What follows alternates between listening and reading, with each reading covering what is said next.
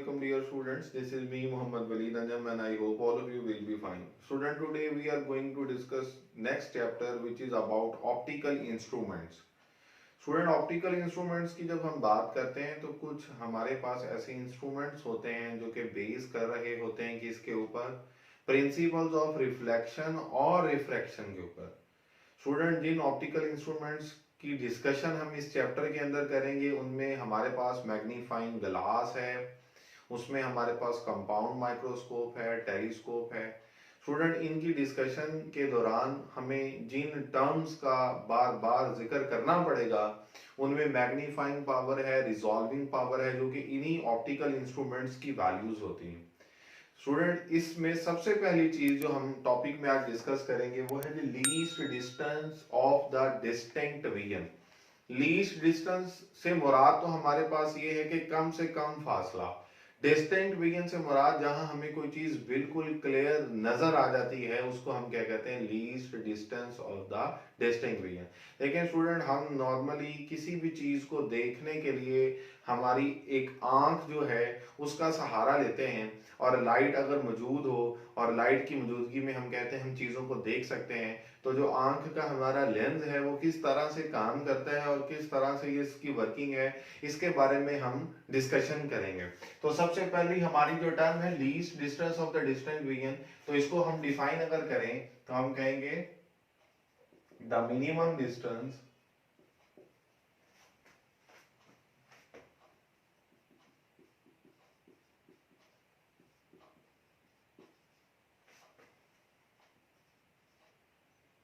from the eye at which object appears to be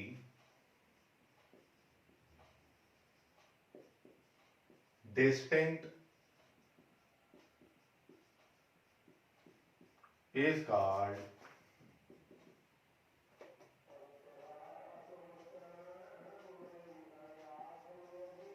least distance of distinct vision और near point, इसको हम near point का भी नाम देते हैं। स्टूडेंट, जो हमारे पास नॉर्मल ह्यूमन आई होती है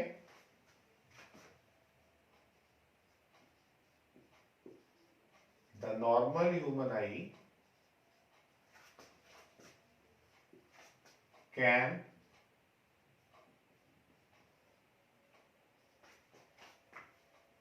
focus a sharp image of object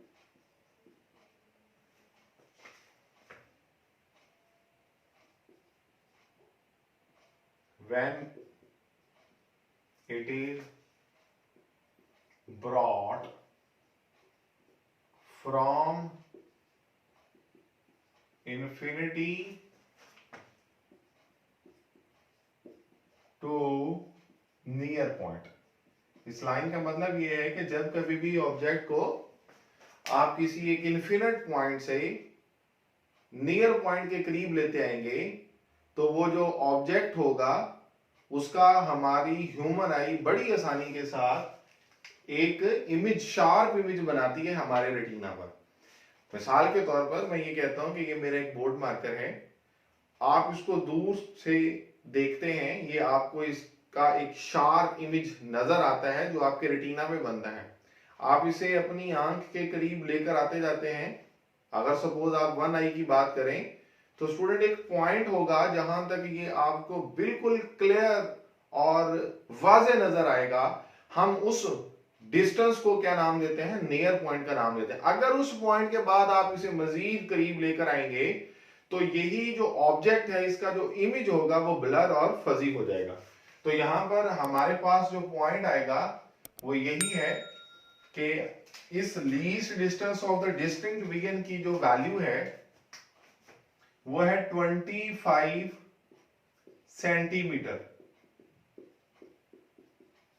और इस नियर पॉइंट की जो वैल्यू है कहता है एज के बढ़ने के साथ साथ बढ़ती है। तो ये बड़ा इंपॉर्टेंट पॉइंट है, ऑब्जेक्टिव के लिहाज से भी आपकी बुक पर भी लिखा हुआ है। The value of near point increases with the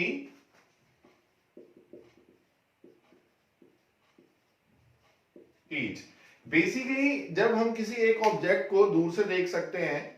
तो हम नियर पॉइंट का तस्करा क्यों कर रहे हैं? देखिए, हमारी जो ह्यूमन आई है, इसके जो मसल्स हैं, इनको ये पावर होती है इनके पास कि ये कॉन्ट्रैक्ट कर सकते हैं और एक्सपैंड कर सकते हैं। इनकी कॉन्ट्रैक्शन या इनकी एक्सपेंशन से बुनियादी तौर पर मतलब ये है कि ये जो लेंस है ये थिन हो जाएगा और ये इस तरह से हम कहते हैं थिक हो जाएगा, यानी कि फैल जाएगा। जब ये थिन होता है तो बेसिकली जितनी भी उस ऑब्जेक्ट से आने वाली रेज होती हैं वो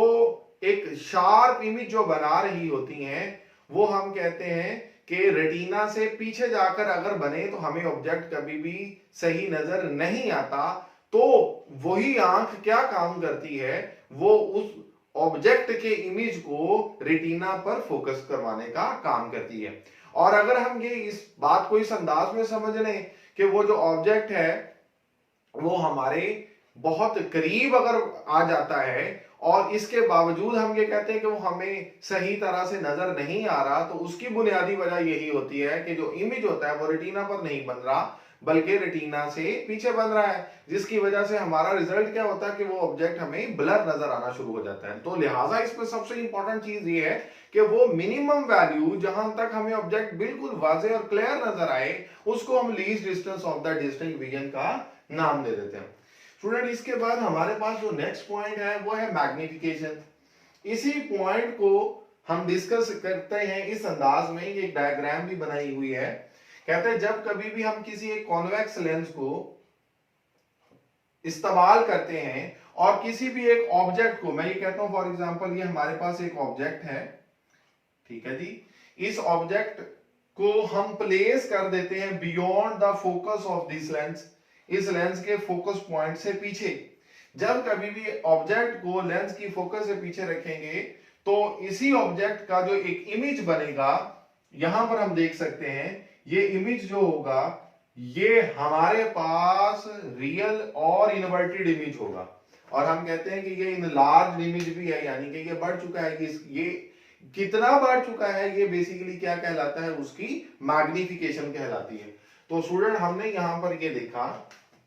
ये जो पॉइंट अगर हम इसे लिखेंगे कि when an object is placed beyond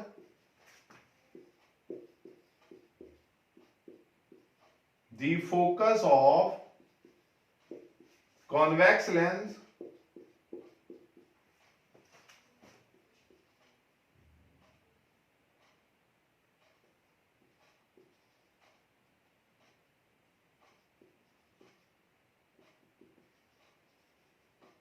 the image of object will be inverted, वो इनवर्ट हो जाता है और इनलार्ज भी हो गया, बड़ा भी हो गया। अब यहां से हम ये कहते हैं कि वो इमेज कितना बड़ा हुआ, वो इमेज कितना बड़ा हुआ किसके मुकाबले में, उस ऑब्जेक्ट के साइज के मुकाबले में, that is called magnification of the lens. तो लिहाजा हम यहां पर ये जो टर्म डिस्कस कर रहे हैं मैग्निफिकेशन, अगर हम इसकी डेफिनेशन लिखें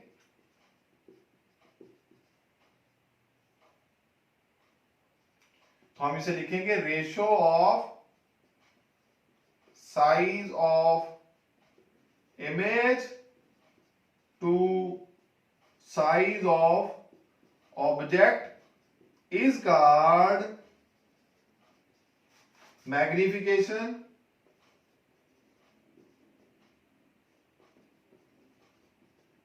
या इसको हम नाम देते हैं लीनियर मैग्निफिकेशन।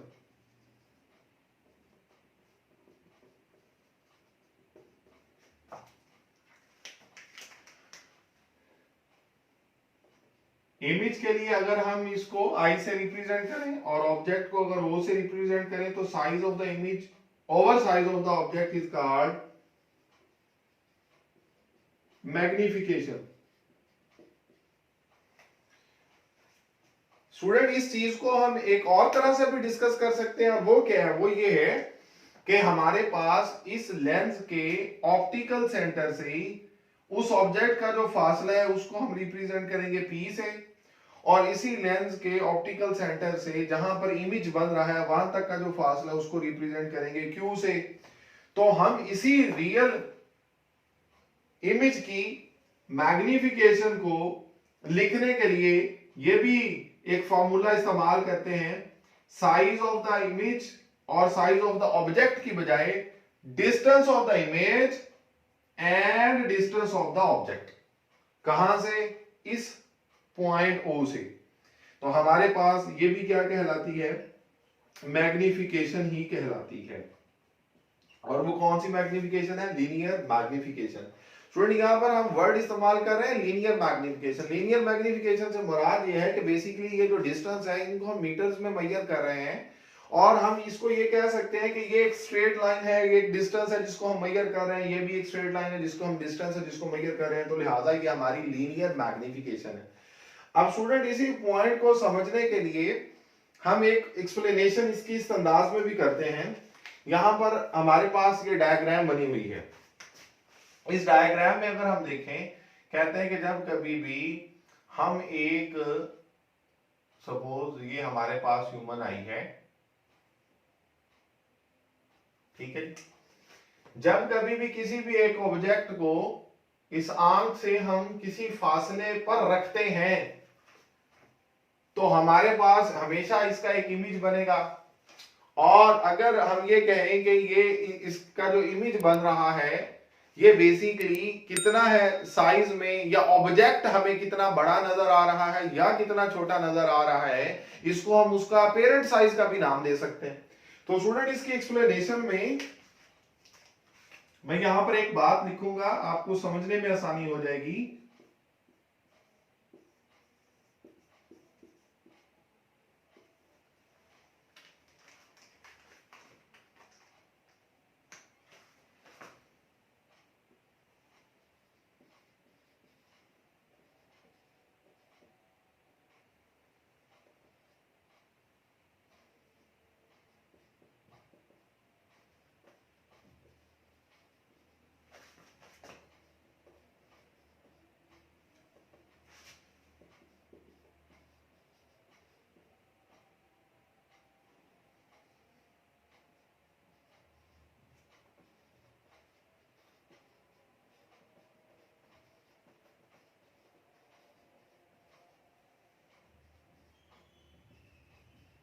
अब बेसिकली ये बात क्या है, ये हमारे पास एक जनरल हम कहते हैं कि डिस्क्रिप्शन है कि जब किसी भी ऑब्जेक्ट को करीब लाया जाता है आई के, तो जो उसकी मैग्निफिकेशन होती है वो इंक्रीज होना शुरू कर देती है। अब इस बात के लिए हम एक और पॉइंट यहां पर लिखेंगे, apparent size of the object depends on the angle subtended by the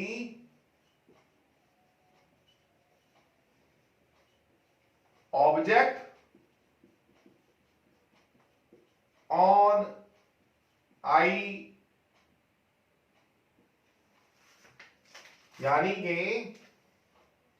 हमारे पास जो अपेरेंट साइज है किसका, ऑब्जेक्ट का, वो डिपेंड किस पर कर रहा है, उस एंगल पर वो जो सबटेंड कर रही है। देखिएगा स्टूडेंट, जब हम ऑब्जेक्ट को आंख से दूर रखते हैं तो ये जो ऑब्जेक्ट है इसका साइज, और जब इसे करीब लाया जाता है और इसका जो साइज है ये चेंज होता है, हमें दिखाई देता है। इस वजह से हम इसको apparent size of the object का नाम देते हैं। तो वो ये कहता है कि अगर हम इस ऑब्जेक्ट से आने वाली रेज को देखें और इनके दरमियान में ये जो एंगल बनाया इसने, जो सबटेंड किया कहां, आई के ऊपर, किसने, ऑब्जेक्ट ने, तो स्टूडेंट उस एंगल को अगर हम देखें, मैं उसको नाम दूंगा थीटा का, और इसी ऑब्जेक्ट को अगर मैं करीब लेकर आता जाऊं तो यही ऑब्जेक्ट जो एंगल बनाएगा वो पहले की निस्बत बढ़ जाएगा, और जब एंगल बढ़ जाएगा तो आप देख सकते हैं कि इनके बनने वाले जो इमेजेस हैं वो भी साइज में बढ़ जाते हैं। तो लिहाजा यहां से हम ये बात कंसीडर कर लेते हैं कि ऑब्जेक्ट की बेसिकली जो असल में उसके साइज का बढ़ जाना है वो उसकी एक मैग्निफिकेशन है, जो हमारी ये आंख बेसिकली कर रही है, उसको क्लियर करके हमें दिखा रही है। ठीक है ना जी। तो हम इस चीज को ऐसे भी समझ सकते हैं। आप देखिए, इन्हीं इसी ऑब्जेक्ट को जब आप इधर लाएंगे, यहां पर मैंने इसे बनाया हुआ है, आप इसको अगर यहां पर कंसीडर करेंगे तो आप देख सकेंगे वही ऑब्जेक्ट जब यहां पर प्लेस करेंगे तो ऑटोमेटिकली जो रेज बनेगी वो ऐसे बड़ा एंगल बनाएंगे। हम अगर इसको ओवरलैप करें, यानी कि मैं इसको अगर यहां पर बनाऊं, आप इमेजिन करें for the sake of understanding कि मैं इसी ऑब्जेक्ट को जब यहां पर बनाऊंगा तो बिल्कुल जैसे ये रेज आ रही थी, जब ये रेज बनेगी तो यहां पर जो बनने वाला एंगल होगा वो ऑटोमेटिकली क्या हो जाएगा, बढ़ जाएगा। तो लिहाजा इसी से हम इसकी अंडरस्टैंडिंग डेवलप कर लेते हैं। अब इसी तरह से हम इस चीज को लीनियर मैग्निफिकेशन के बाद एक सेकंड हमारी जो टर्म है जिसको हम मैग्नीफाइंग पावर या एंगुलर मैग्निफिकेशन का नाम देते हैं, मैग्नीफाइंग पावर या एंगुलर मैग्निफिकेशन। पहले लीनियर मैग्निफिकेशन की बात हो रही थी, अब एंगुलर मैग्निफिकेशन की बात हो रही। तो स्टूडेंट, एंगुलर मैग्निफिकेशन से अब हमारे पास जो रिजल्ट आएगा वो इन टर्म्स ऑफ एंगल हम उसकी मैग्निफिकेशन को डिस्कस करेंगे। हम इसी चीज को देखने के लिए ये कहते हैं कि जब हम किसी चीज को आम इंसानी आंख के जरिए से देखते हैं, किसी ऑब्जेक्ट को देखते हैं, तो आंख पर उस ऑब्जेक्ट का एक एंगल सबटेंड होता है, जैसे हमने यहां पर पढ़ा है। और उसी ऑब्जेक्ट को देखने के लिए अगर हम एक लेंस आंख और ऑब्जेक्ट के दरमियान में रख दें, तो जब कभी भी आप उस लेंस को फोकस के अंदर रखेंगे तो हमारे पास रिजल्ट क्या होगा, हमारे पास ये रिजल्ट होगा, जो ऑब्जेक्ट का इमेज होगा वो भी उसी की साइड पर बनेगा, वो इन्वर्टेड नहीं होगा। और अगर वो इन्वर्टेड नहीं है तो इमेज उसी साइड पर बनेगा। तो हम कहेंगे कि हमारे ये हम सिंपल माइक्रोस्कोप जब पढ़ेंगे तो उसमें भी बड़ी आसानी के साथ ये आपको पॉइंट समझ आ जाएगा कि जब हमने किसी ऑब्जेक्ट को सिर्फ और सिर्फ अनएडेड आई के जरिए से देखा, बगैर किसी हेल्प के देखा, तो ऑब्जेक्ट ने आंख पर जो एंगल बनाया, और जब हमने उस आंख और ऑब्जेक्ट के दरमियान में कोई एक लेंस रख दिया और उस लेंस की मदद से आपने उसी ऑब्जेक्ट को देखा और जो उसका इमेज बना और उसके इमेज ने जो एंगल बनाया हमारी आंख पर, इन दोनों एंगल्स की जो रेशो होती है that is called angular magnification और मैग्नीफाइंग पावर। तो इसके लिए हम इसकी डेफिनेशन लिखेंगे, the ratio of angle subtended by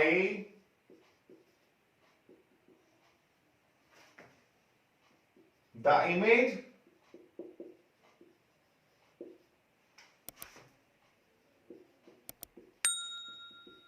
when it is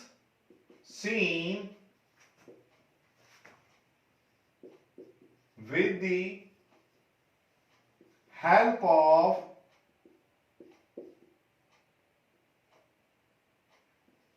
an optical instrument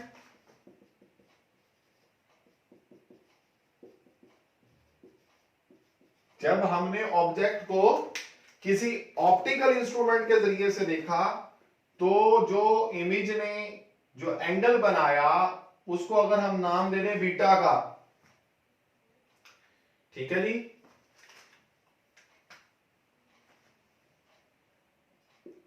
to when the object to the angle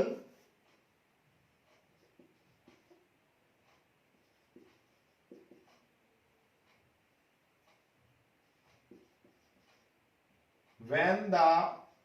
object is seen with unaided eye, अब ये जो अनएडेड आई है, या इसको हम नेकेड आई भी बोल सकते हैं, इससे मुराद क्या है? इससे मुराद ये है कि बगैर किसी हेल्प के हमने जब उस ऑब्जेक्ट को देखा और उसने जो एंगल बनाया उसको अगर हम अल्फा का नाम दें, तो जो हमारे पास मैग्नीफाइंग पावर होगी या जो एंगुलर मैग्निफिकेशन होगी वो रेशियो है किसकी? बीटा ओवर अल्फा की। अगर आप बीटा की डेफिनेशन जो मैंने ऊपर लिखी है और जो मैंने अल्फा की वैल्यू लिखी है, इनको देखें तो जो इनकी रेशियोज होंगी स्टूडेंट, उनको हम क्या नाम देंगे? एंगुलर मैग्निफिकेशन का या मैग्नीफाइंग पावर का नाम देंगे, और उसको हम रिप्रेजेंट किससे करेंगे? एम से रिप्रेजेंट करेंगे। तो स्टूडेंट ये हमारे पास एंगुलर मैग्निफिकेशन है। स्टूडेंट अब अगर हम बात करें, हमारे पास नेक्स्ट जो पॉइंट है रिजॉल्विंग पावर। तो रिजॉल्विंग पावर से मुराद क्या है? ये डेफिनेशन अगर हम इसकी देखें, the ability of an instrument to reveal the minor details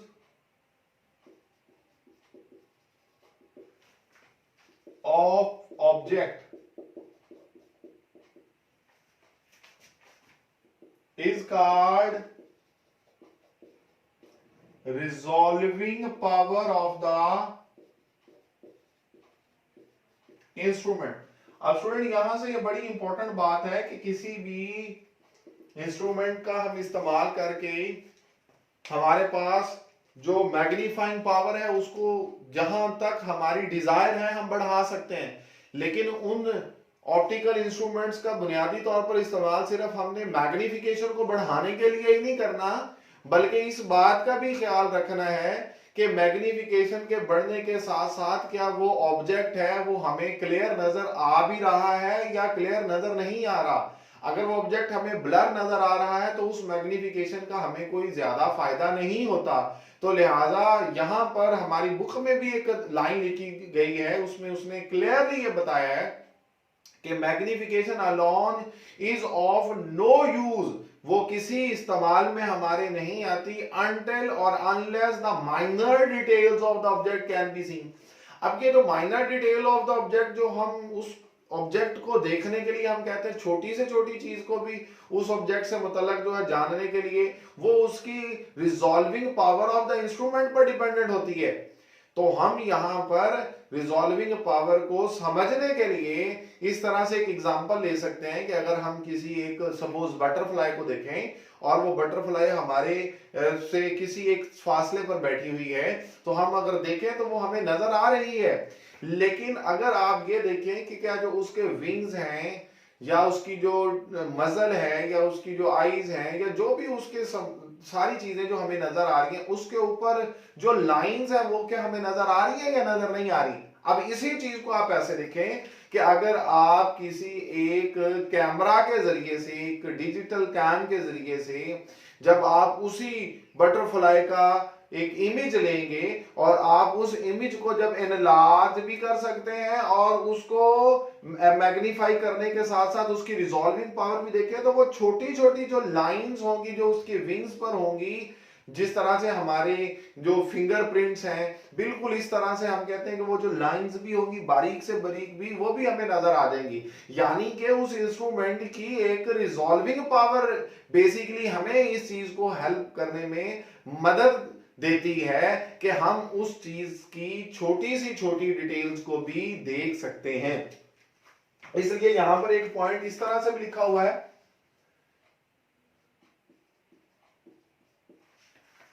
the optical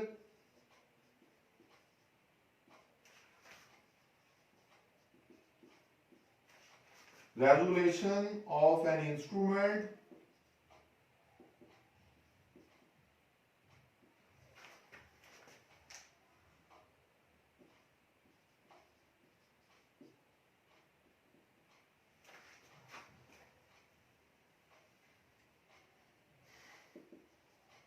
tells us that how close the 2 point sources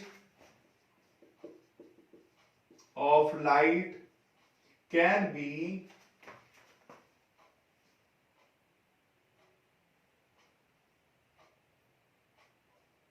so that they appears to be separated, या हम कह सकते हैं डिस्टिंक्ट, कि दो पॉइंट सोर्स, जो दो point sources of the light हैं, अगर वो हमसे काफी दूरी पर हैं तो वो बजाहिर हमें एक लगते हैं। हम ये कहते हैं कि जो optical resolution of the instrument है, हम इस चीज को देखने के लिए कि वो दो पॉइंट सोर्सेज एक दूसरे के ऑल्दो बहुत करीब है, लेकिन जब आप उस इंस्ट्रूमेंट के जरिए से उसको देख रहे हैं तो वो इतने करीब होने के बावजूद भी उनको अलग-अलग करके दिखा रहा है, तो हम ये कहते हैं कि वो उसकी ऑप्टिकल रेजोल्यूशन होती है। देखिए स्टूडेंट, मैं इसकी बड़ी जनरल एग्जांपल आपको दे सकता हूं कि अगर मैं ये कहूं कि ये जो मेरा एक हाथ है, इसकी जो फिंगर्स हैं, ये आपस में बजाहिर हमें ऐसे लग रहा है ये एक दूसरे के क्लोज है, अगर आप इसको देखें भी तो वाकई में है भी ऐसे ही, लेकिन अगर आप इसको किसी एक मैग्नीफाइंग ग्लास के जरिए से या किसी भी एक इंस्ट्रूमेंट के जरिए से देखें जो इसकी छोटी सी छोटी डिटेल को भी वाज़ेह करके बता दे और आपको यह भी बता दे कि इनके दरमियान में ये स्मॉलर सा डिस्टेंस है, ये देखिएगा, ठीक है ना जी, ये सिर्फ समझने के लिए, यानी कि ये दो फिंगर जो बजाहिर हमें लग रहा है कि एक दूसरे के बहुत क्लोज है और उनके दरमियान फासला ना होने के बराबर है, लेकिन जब आप उस इंस्ट्रूमेंट के जरिए से देखते हैं तो शायद वो आपको बताए कि ये दो अलग-अलग है और इनके दरमियान एक डिस्टेंस भी मौजूद है। अब ये बात जो है ये बेसिकली हमें कौन बता रहा है, ये उस ऑप्टिकल इंस्ट्रूमेंट की रेजोल्यूशन हमें हेल्प कर रही है कि हम ये जान लेते हैं कि वो दो पॉइंट सोर्सेज जो हैं वो अपीयर हो रहे हैं एज ए डिस्टिंक्ट सोर्सेज। इसी रिजॉल्विंग पावर को हम एक और अंदाज में भी लिख सकते हैं कि resolving power is expressed as minimum angle between two point sources. दो पॉइंट सोर्सेज जो बजाहिर हमें लग रहे हैं कि एक है, और अगर हम किसी इंस्ट्रूमेंट के जरिए से देखें और उनके दरमियान एक स्मॉल एंगल हो, so that their images are seen as two distinct spot of light rather than one, एक की बजाय वो हमें अलग-अलग नजर आए। यानी कि मैं इस बात को सिर्फ समझाने के लिए ये कह सकता हूं कि अगर मैं ये कहूं कि ये मेरे पास दो पॉइंट सोर्सेज हैं और बजाहिर हम ये कहते हैं वो एक दूसरे के इतने करीब है कि अगर हम इन्हें दूर से देखें तो हमें शायद ये लगेगा कि ये एक ही है बल्कि डिस्टिंक्ट नहीं है, और अगर हम इनके दरमियान देखें तो शायद के एक स्मॉल एंगल बन रहा हो, ठीक है ना जी। ये जो स्मॉल एंगल इन दोनों के दरमियान बन रहा है, इस स्मॉल एंगल को स्टूडेंट नाम दिया जाता है अल्फा मिनिमम का, और इस एंगल की मदद से भी हम जान सकते हैं कि उसकी रिजॉल्विंग पावर कितनी है। अब उसके लिए एक हमारे पास रिलेशनशिप है जिसके जरिए से हम कहते हैं resolving power is basically reciprocal of the minimum angle. तो हम इस रिजॉल्विंग पावर की एक ये भी डेफिनेशन बना सकते हैं कि रिजॉल्विंग पावर इज बेसिकली क्या है, reciprocal of the minimum angle उन दो पॉइंट सोर्सेज के दरमियान जहां पर वो दो हमें अलहदा नजर आना शुरू हो जाते हैं, एक अलहदा, एक इकट्ठा नहीं बल्कि दो अलहदा नजर आना शुरू हो जाते हैं, तो हम इसे कहते हैं कि ये हमारे पास रेसिप्रोकल ऑफ अल्फा मिनिमम, ये पॉइंट हम लिख सकते हैं। अब स्टूडेंट हम उस ऑब्जेक्ट को देखने के लिए या उन पॉइंट सोर्सेज को देखने के लिए जिस ऑप्टिकल इंस्ट्रूमेंट की बात कर रहे हैं, अगर उस ऑप्टिकल इंस्ट्रूमेंट को हम ये कहें कि वो एक मिसाल के तौर पर एक लेंस है और हम उस लेंस के डायामीटर को देखें वो d है, और इसी तरह से जिस लाइट का इस्तेमाल किया जा रहा है अगर उसकी वेवलेंथ लैम्डा है, तो हमारे पास ये जो अल्फा मिनिमम होगा इसकी वैल्यू कुछ इस तरह से है 1.22 लैम्डा ओवर डी।